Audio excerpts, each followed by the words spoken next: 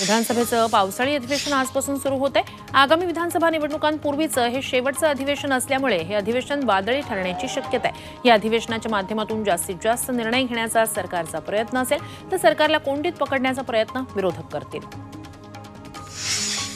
चहापानानंतर झालेल्या पत्रकार परिषदेत मुख्यमंत्री तसंच दोन्ही उपमुख्यमंत्र्यांनी विरोधकांचा खरपूस समाचार घेतला। खोटं नरेटिव्ह तयार करण्याची फॅक्टरी विरोधकांनी उभारली असा आरोप उपमुख्यमंत्री देवेंद्र फडणवीस यांनी केलाय। तसंच विरोधकांचा पर्दाफाश करण्याचं काम अधिवेशनात करणार असा इशाराही फडणवीसांनी दिलाय। राष्ट्रपती द्रौपदी मुर्मू आज संसदीय अधिवेशनात अभिभाषण करणार आहेत। संसदेच्या दोन्ही सदनांच्या संयुक्त सत्राला त्या संबोधित करणार आहेत। विरोधी पक्ष अनेक विषयांवर सरकारला घेरण्यासाठी सज्ज झालाय। आजपासून सुरू होणाऱ्या अधिवेशनात पूर्ण वेळ उपस्थित राहण्याच्या सूचना उद्धव ठाकरेंनी आपल्या आमदारांना दिल्या आहेत। तसंच ड्रग्ज, होर्डिंग्ज आणि सत्ताधारी आमदारांना अधिकचा निधी या मुद्द्यावरून सरकारला घेरण्याचे आदेश त्यांनी आमदारांना दिलेत। तर शेतकरी आणि विद्यार्थ्यांच्या प्रश्नावर दररोज प्रश्न विचारण्याच्या सूचनाही त्यांनी केल्या आहेत। आजपासून सुरू होणाऱ्या विधिमंडळाच्या अधिवेशनावरून उद्धव ठाकरेंनी सरकारला इशारा दिलाय। आजपासून सुरू होणारं विधिमंडळाचं अधिवेशन या सरकारचं शेवटचं अधिवेशन असेल आणि या अधिवेशनाला आपण उपस्थित राहू असं उद्धव ठाकरे म्हणाले। विधिमंडळ अधिवेशन पूर्व संध्येला विरोधी पक्षनेते विजय वडेट्टीवार यांच्या निवासस्थानी पत्रकार परिषद झाली। यावेळी लावण्यात आलेल्या बॅनरवरून चांगलीच चर्चा रंगली। व्यंगचित्राच्या माध्यमातून आशय बनवत महायुती सरकारवर या बॅनरद्वारे टीका करण्यात आली। मुख्यमंत्री एकनाथ शिंदे यांनी मुंबईतील घाटकोपर इथल्या दरडप्रवण भागाची पाहणी केली। यावेळी मुंबईतील ज्या भागात दरड कोसळू शकतात तिथे योग्य उपाययोजना करण्यात येत आहेत। आवश्यक त्या ठिकाणी जाळ्या लावण्याचं काम सुरू आहे असं मुख्यमंत्र्यांनी सांगितलं।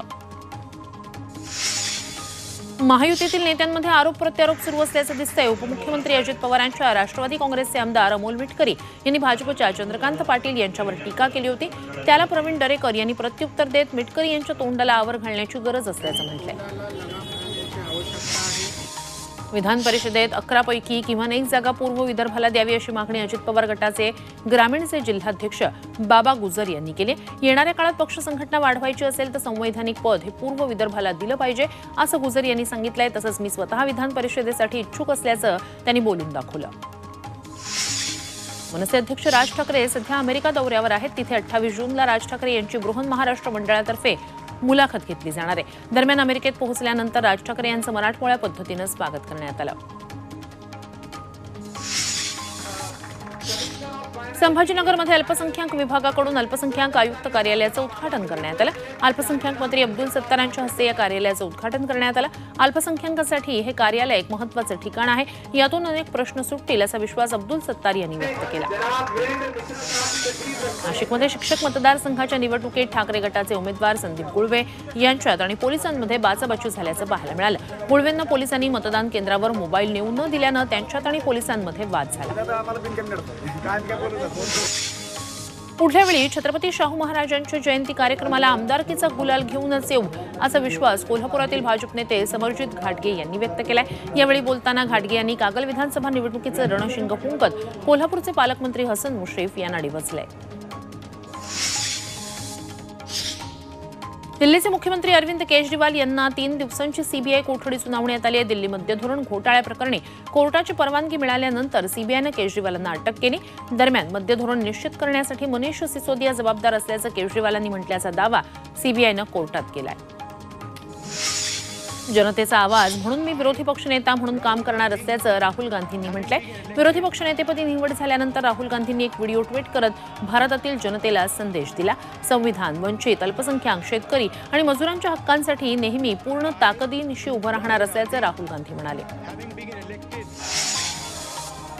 विरोधी पक्षनेते राहुल गांधी विठ्ठल रुक्मिणीच्या दर्शनासाठी महाराष्ट्रात येणार आहेत। आषाढी वारी काळात ते दर्शनासाठी पंढरपुरात येणार आहेत। त्यासाठी मंदिर समितीकडे सुरक्षा यंत्रणेकडून चाचपणी सुरू आहे। सर्वात जास्त पेपरफुटी ही उद्धव ठाकरे मुख्यमंत्री असताना झाली असा आरोप उपमुख्यमंत्री देवेंद्र फडणवीस यांनी केलाय। तर महायुतीच्या काळात ज्या परीक्षा घेण्यात आल्या त्याचा लेखाजोखा आम्ही अधिवेशनात मांडणार असल्याचंही फडणवीस म्हणाले। नीट पेपरफुटी प्रकरणी अटकेतील आरोपी शिक्षक जलील पठाण याच्या अपंगत्व प्रमाणपत्राचीही चौकशी होणार आहे। नोकरीत पदोन्नतीसाठी पठाणनं बनावट अपंगत्व प्रमाणपत्र दिल्याचा पोलिसांना संशय।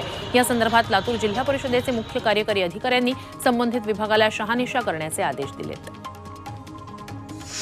लातूरमधील नीट घोटाळ्याचा मुख्य सूत्रधार असलेला धाराशिव जिल्ह्यातील उमरग्याच्या आयटीआयचा सुपरवायझर एरण्णा कोनगलवार पत्नीसह फरार झालाय. नांदेडच्या एटीएसनं पहिल्या दिवशी त्याची चौकशी करून सोडून दिलं होतं. तेव्हापासून तो बेपत्ता आहे. दुसरीकडे गंगाधरही दिल्लीतून गायब झालाय.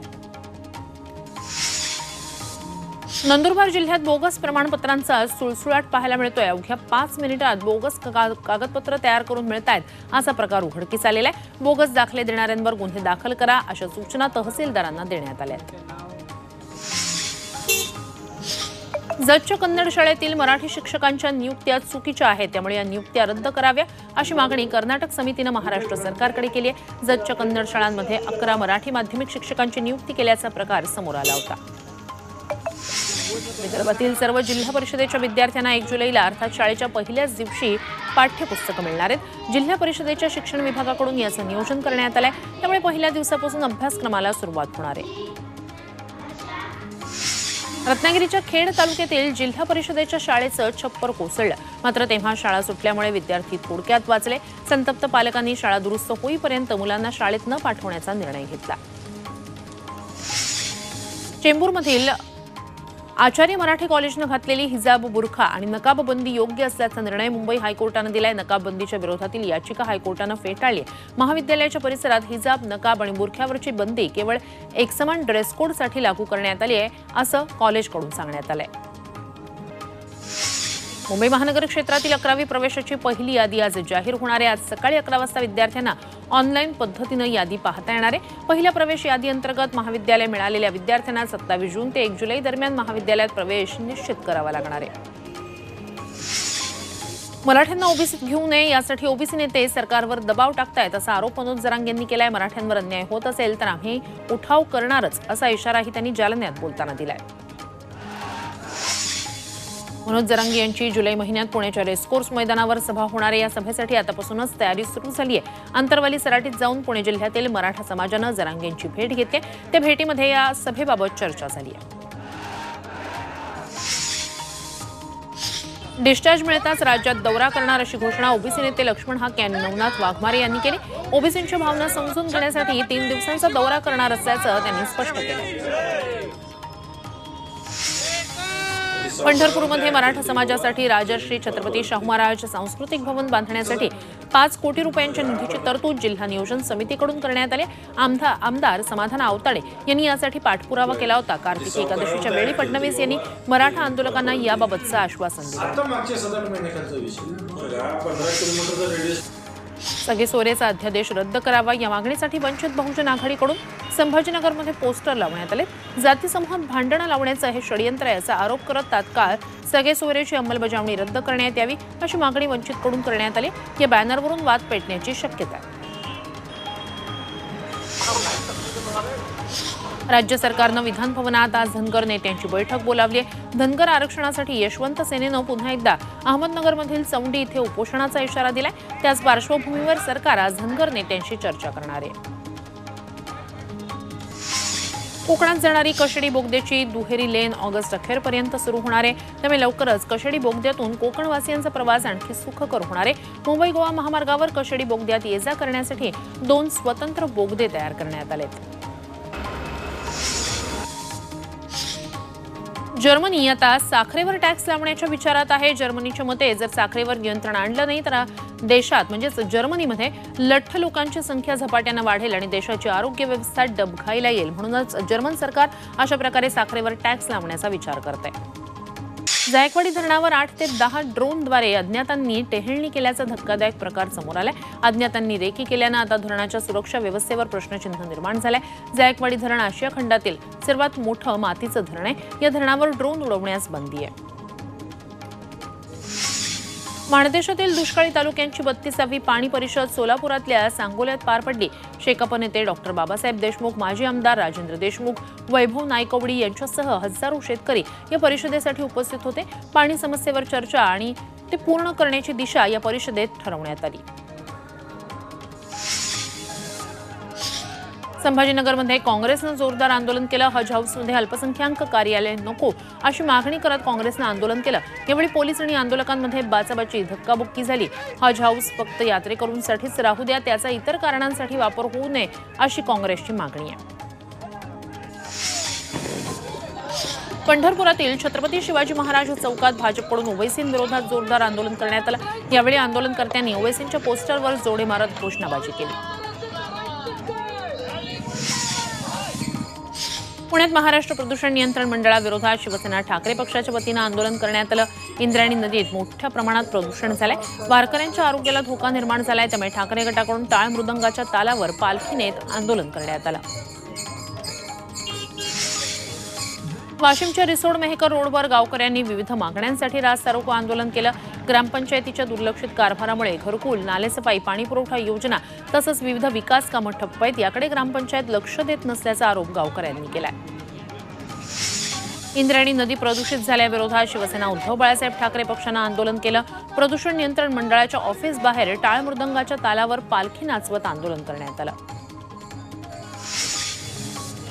अकोला जिल्ह्यातील उत्पादन शुल्क विभागाच्या मनमानी कारभाराविरोधात अकोला जिल्ह्यातील बार मालकांनी बंद पुकारलाय। उत्पादन शुल्क विभागाच्या अधिकाऱ्यांनी घातलेल्या जाचक अटींमुळे तसंच बार बंद ठेवून बार मालकांनी उत्पादन शुल्क विभागाच्या कार्यालयात ठिय्या आंदोलन पुकारलं। एसटी महामंडळानं घेतलेल्या हिंदू हृदय सम्राट बाळासाहेब ठाकरे स्वच्छ सुंदर बसस्थानक अभियानांतर्गत अ वर्गात राज्यात जळगावच्या चोपडा बसस्थानकानं प्रथम क्रमांक पटकावला। या बसस्थानकाला 50 लाखांचं बक्षीस मिळालं, तर ब वर्गात भंडाऱ्यातील साकोली बसस्थानकाचा क्रमांक आलेला आहे। 25 लाखांचं बक्षीस देण्यात आलंय। डोंबिवलीत 10 ऑगस्टला डोंबिवलीकर फ्रेंडशिप रन 2024चं आयोजन करण्यात आलेलं आहे। सार्वजनिक बांधकाम मंत्री रवींद्र चव्हाण यांनी याची माहिती दिली आहे। डोंबिवलीकर एक सांस्कृतिक परिवार आणि कल्याण डोंबिवली रनर ग्रुप यांच्या संयुक्त विद्यमानं या रनचं आयोजन करण्यात आलंय।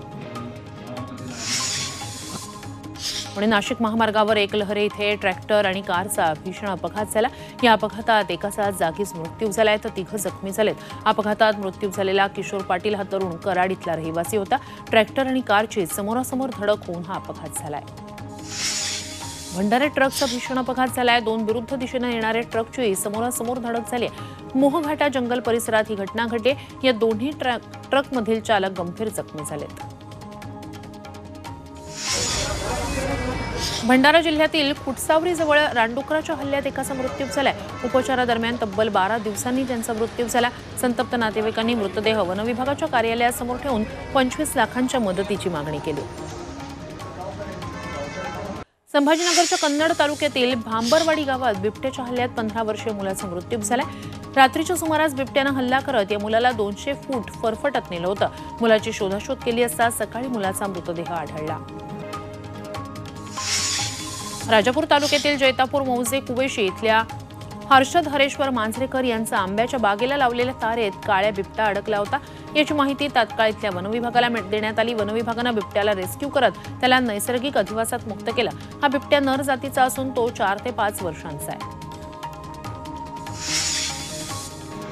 नागपूरच्या खुर्सापार वन परिक्षेत्रात आढळलेल्या T53 या जखमी वाघावर उपचार पूर्ण झाले। त्याला आता पेंच व्याघ्र प्रकल्पात सोडण्यात आलंय। या वाघाला ज्या ठिकाणी पकडण्यात आलं होतं त्याच परिसरात त्याला निसर्गाच्या अधिवासात नैसर्गिक अधिवासात सोडण्यात आलं।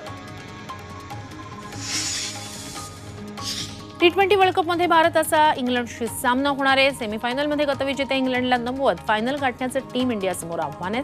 2022 मध्ये इंग्लंडनं भारताचा पराभव केला होता। आता त्या पराभवाची परतफेड करत अंतिम फेरी गाठण्यासाठी भारतीय संघ सज्ज झाला आहे।